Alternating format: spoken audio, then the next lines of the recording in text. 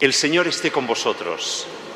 Lectura del Evangelio según San Juan. Gloria a ti, Señor.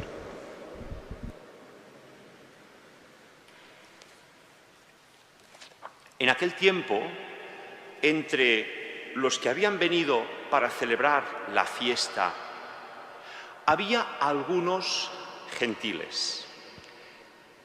Estos, acercándose al apóstol Felipe, de Betsaida de Galilea, le rogaban: Señor, quisiéramos ver a Jesús. Felipe fue a decírselo a Andrés. Y Andrés y Felipe fueron a decírselo a Jesús. Jesús les respondió: ya ha llegado la hora de que sea glorificado el Hijo del Hombre. Os aseguro que si el grano de trigo cae en tierra, no cae en tierra y no muere, queda infecundo, pero si muere, da mucho fruto. El que se ama a sí mismo se pierde.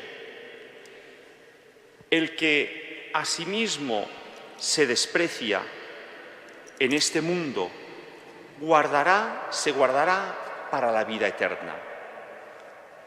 El que quiera servirme, que me siga, y donde yo estoy, ahí también estará mi servidor. El que me sirva, el Padre le premiará. Ahora mi alma está agitada. ¿Qué diré? Padre, líbrame de esta hora. Pero por esto he venido, para esa hora. Padre, glorifica tu nombre. Entonces vino una voz del cielo: lo he glorificado y lo glorificaré. La gente que estaba allí lo oyó y decían que había sido un trueno.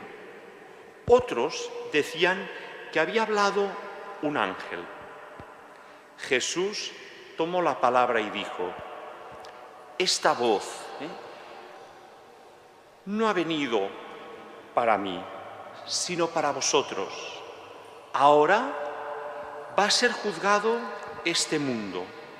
Ahora el príncipe de este mundo va a ser echado fuera. Cuando yo sea elevado sobre la tierra, atraeré a todos hacia mí. Eso lo decía dando a entender la muerte de la que iba a morir. Palabra del Señor. Gloria a ti, Señor Jesús.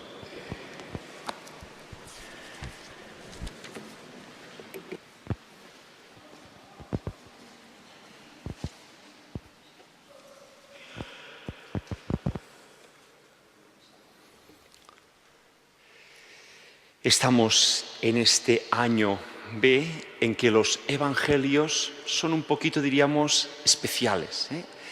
Domingo pasado, hace 2 domingos la expulsión del templo, el domingo pasado la cruz como estandarte, mirar y quedaríamos curados. Hoy también nuestra mirada va hacia la cruz. Es Jesucristo que en aquella situación ya cercana a la fiesta, ya camino de la pasión, hay algunas personas extranjeras, algunos dicen griegos o de otras procedencias, que habían venido a la ciudad de Jerusalén para celebrar la fiesta, costumbre de los judíos. Y le preguntan a uno de los apóstoles Felipe, que quieren conocer a Jesús. Yo pienso, cuántas personas a lo mejor nos están pidiendo a nosotros, quiero conocer a Jesús. No lo dicen con palabras, pero lo dicen mirándonos a nosotros y pensando, estos que son cristianos, a ver cómo me enseñan, cómo me demuestran quién es Jesús. Y nosotros, igual como aquellos apóstoles, Felipe fue a buscar a Andrés, y los dos fueron a avisar a Jesús, pues nosotros también debemos pensar cómo a esas personas las acercamos a Jesús y las llevamos a Jesús. Uno de los peligros que hay en la Iglesia, y es una tentación que el diablo está interesado en suscitar en nosotros, es pensar que los cristianos tenemos que evangelizar, que anunciar a Jesús para que se acerquen a nosotros, a nuestro grupo, a nuestra parroquia, a nuestro interés. Y no, lo importante es que se acerquen a Jesús, aquí o allí o donde sea, con una mentalidad abierta, pensando que Jesús está presente en muchos lugares y no solo a veces en nuestro grupo, que a nosotros nos gusta y nos va bien, pero que otras personas pueden tener maneras de hacer diferentes, y gracias a Dios en la Iglesia hay muchos carismas, muchos dones del Espíritu Santo que suscitan diferentes espiritualidades, diferentes maneras de vivir la unión y la comunión con la Iglesia católica, con la Iglesia de Jesucristo. Por eso, lo importante es llevarlos a Jesús. Y a veces también nosotros desaparecer, dejar que vayan a Jesús, que se encuentren con Jesús, ponerlos delante de Jesús. En este Evangelio es curioso porque no sabemos Jesús si de verdad pues los acogió, qué les explicó, qué les dijo. No sabemos. Lo que sí sabemos es que cuando se acercan los dos apóstoles a Jesús, Jesús aprovecha para responderles, decirles, ya se está acercando el momento en que conoceremos a Jesús en plenitud, con su glorificación. ¿Y cuál es el camino de esa glorificación? El camino de la pasión, la cruz, la muerte en la cruz y la resurrección. Este es el camino, este es el objetivo, este es para lo que ha venido el mismo Jesús. Dice, para eso estoy. Es decir, ojalá pudiera apartarlo, pero si he venido para eso, para dar la vida, para morir en la cruz y para resucitar, para perdonar nuestros pecados y para abrirnos el camino de la salvación. Y así Jesús aprovecha para decirlos, esta es mi misión, esta es la glorificación, y Dios Padre quiere, a través nuestro, presentar esa gloria a Dios y que nuestra vida, que nuestras obras sean de verdad para mayor gloria de Dios. Es una frase, es una jaculatoria que deberíamos repetir muchas veces. Todo lo que hago, todo lo que vivo, todo lo que es cada uno de mis días de la vida, que todo sea para mayor gloria de Dios. Que nuestra vida, que nuestras obras glorifiquen a Dios, sabiendo darnos a Él para que Él se nos pueda dar a nosotros. Nosotros somos de Él por esa alianza, Él es nuestro porque se ha dado y lo ha demostrado con su Hijo, que ha dado su vida, el máximo, lo que más podemos dar, ha dado su vida para nuestra salvación. El ejemplo que también Jesús aprovecha para explicar, muy breve y muy pequeño, es el grano de trigo. Cualquier semilla, para que dé fruto, no podemos solamente guardarla y queda muy bonita y queda. No, esa semilla tiene que caer en la tierra, tiene que estropearse, abrirse, morirse, aparentemente morirse, para poder dar fruto. El Hijo de Dios, para poder dar fruto de salvación, ha tenido que venir aquí a la tierra, hacerse igual a nosotros y morirse, es decir, estropearse con todo el sufrimiento de la pasión, con todo el sufrimiento de sus heridas, para dar frutos de salvación, para darnos vida eterna. Este es el ejemplo, y además nos dice, y el que quiera venir conmigo, el que quiera servirme, que esté conmigo, y donde yo voy, irá viniendo conmigo, irá siguiendo ese camino de pasión, ese camino de entrega. El jueves pasado celebrábamos la fiesta de San José, y especialmente San José, patrono de toda la Iglesia, patrono de una buena muerte, patrono y custodio especialmente. ¿Recordáis? San José, Dios Padre le confió cuidar de los dos grandes, diríamos, tesoros, de las dos maravillas que Dios Padre tenía. Su Hijo Jesucristo lo puso en manos de José para que lo cuidara, y la Madre de Jesús, la Madre de Dios, que también como esposo cuidó de ella, de María y de Jesús. Es el custodio de ellos. Y también es patrono de aquellas personas, de aquellos jóvenes o no tan jóvenes, que se entregan su vida, que se consagran para el camino del sacerdocio. Es el patrono del seminario de las vocaciones sacerdotales. Porque en su casa, en su hogar de Nazaret, es donde educó y formó a Jesús, el sumo sacerdote, que entregó su vida y que llama y sigue llamando a aquellos jóvenes que quieran seguir a Jesucristo por el camino del sacerdocio. Hoy acorto ahora la homilía y pediremos a Marc, ya está avisado, de que pudiera decirnos unas palabras. Él es seminarista, le conocéis a Marc Aligué, que muchos sábados, cuando puede, viene para ayudarnos en las celebraciones de la Eucaristía, y que ya está en quinto curso del seminario, es decir, ya cercano, si Dios quiere, a la ordenación. Año que viene hay que rezar por él, y que puede decirnos un poquito, pues bueno, cómo está el tema de las vocaciones en el seminario, cómo él ha visto esta llamada de Dios a entregarse, a gastarse, a seguir a Jesucristo para servir a los hermanos por amor a Dios. Le pedimos pues, que nos diga unas palabras, y nos unimos especialmente en esta oración por las vocaciones sacerdotales, que se necesitan muchas, que hacen mucha falta en la Iglesia, aquí en Barcelona y en todas partes del mundo. Y también después ya sabéis que la colecta que haremos hoy irá destinada al seminario, que también necesitan pues, poder sufragar los gastos de los estudios y de las distintas actividades de formación que se hacen en el seminario. Participa con nosotros en unos momentos en esa reflexión Marc.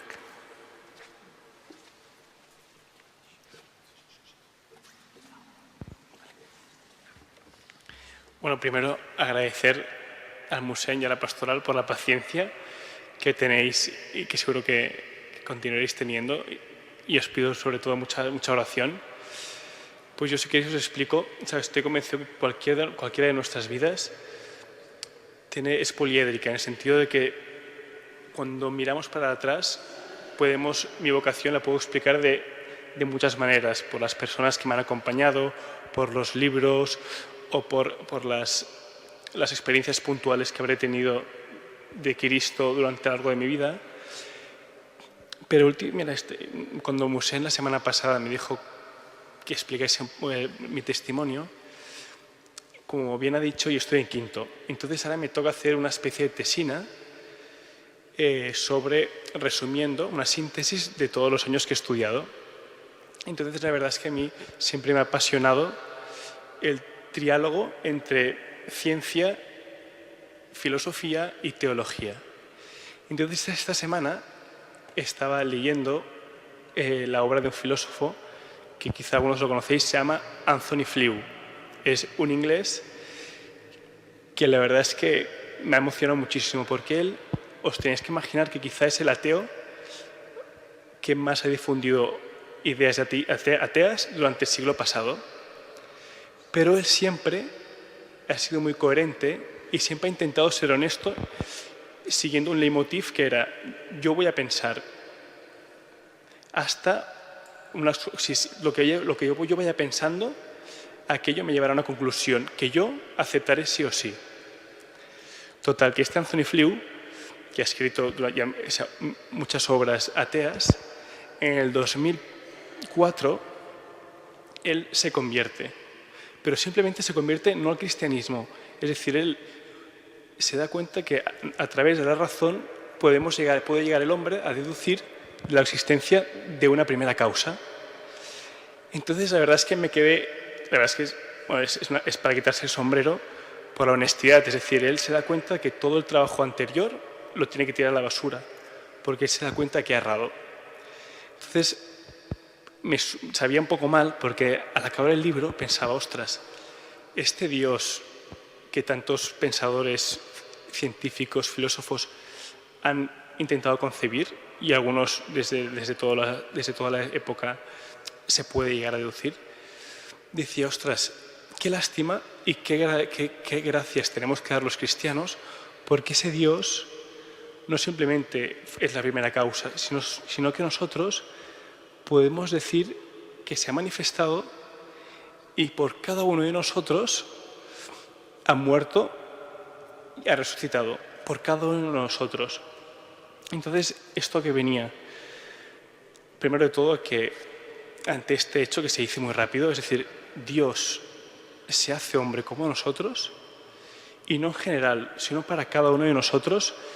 Esto que estoy diciendo ahora lo he experimentado durante muchos momentos de mi vida, porque a uno le abruma, es decir, ese Dios que tiene entendimiento y voluntad nos ha creado a cada uno por amor. Obviamente se deduce que a cada uno quiere lo mejor para cada uno. Entonces, cuando uno entra en diálogo con este Dios, porque no es un Dios donde hay una distancia insalvable, como puede parecer en otras religiones, sino es un Dios que, como se hizo hombre, podemos mantener un diálogo de tú a tú. Entonces, ante este hecho, vas entrando en relación con Él, porque Él tiene su corazón, y entonces es un diálogo de amor. Te das cuenta de que, bueno, yo me he dado cuenta, y esto lo hablamos mucho con los seminaristas, de primero de todo, que es un don. Es decir, que lo del sacerdocio o cualquier tipo de vocación, aunque nos cueste, los tenemos que recibir como gratuidad. Es decir, ninguno de nosotros nos merecemos este don. Y luego también, esto por una parte, y después también estaba pensando es decir, la necesidad que hace falta, o sea, la necesidad de sacerdotes que hace falta en la sociedad actual.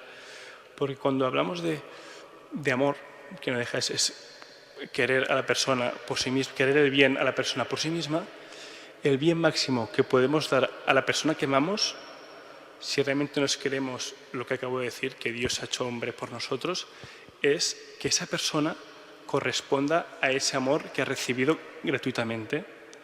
Entonces decía que el bien máximo es ese, que a la persona que tú quieres, a tu novia, a tu mujer, a tu marido, eso es que esa persona entre en contacto con ese Dios que le ama desde siempre y para siempre. Entonces, claro, ¿qué falta hace sacerdotes? Porque si no hay sacerdotes, esa gracia, ese amor que se concreta en los sacramentos y en la palabra de Dios, sin sacerdotes, se cierra el grifo.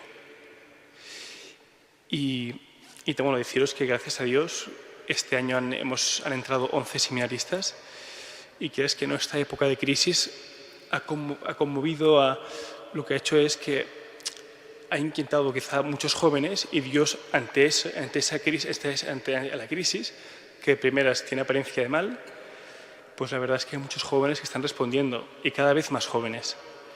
Entonces yo os pediría que sigáis rezando, porque la verdad es que no dejamos de ser hijos de la posmodernidad, con nuestros defectos, somos igual quizá nuestras luchas que tiene cualquier tipo de joven, pero sabiendo que aunque nosotros no podamos, Dios está clarísimo que es el Dios fiel, que aunque quizá no lo percibamos siempre va a estar ahí, pues va a estar con nosotros.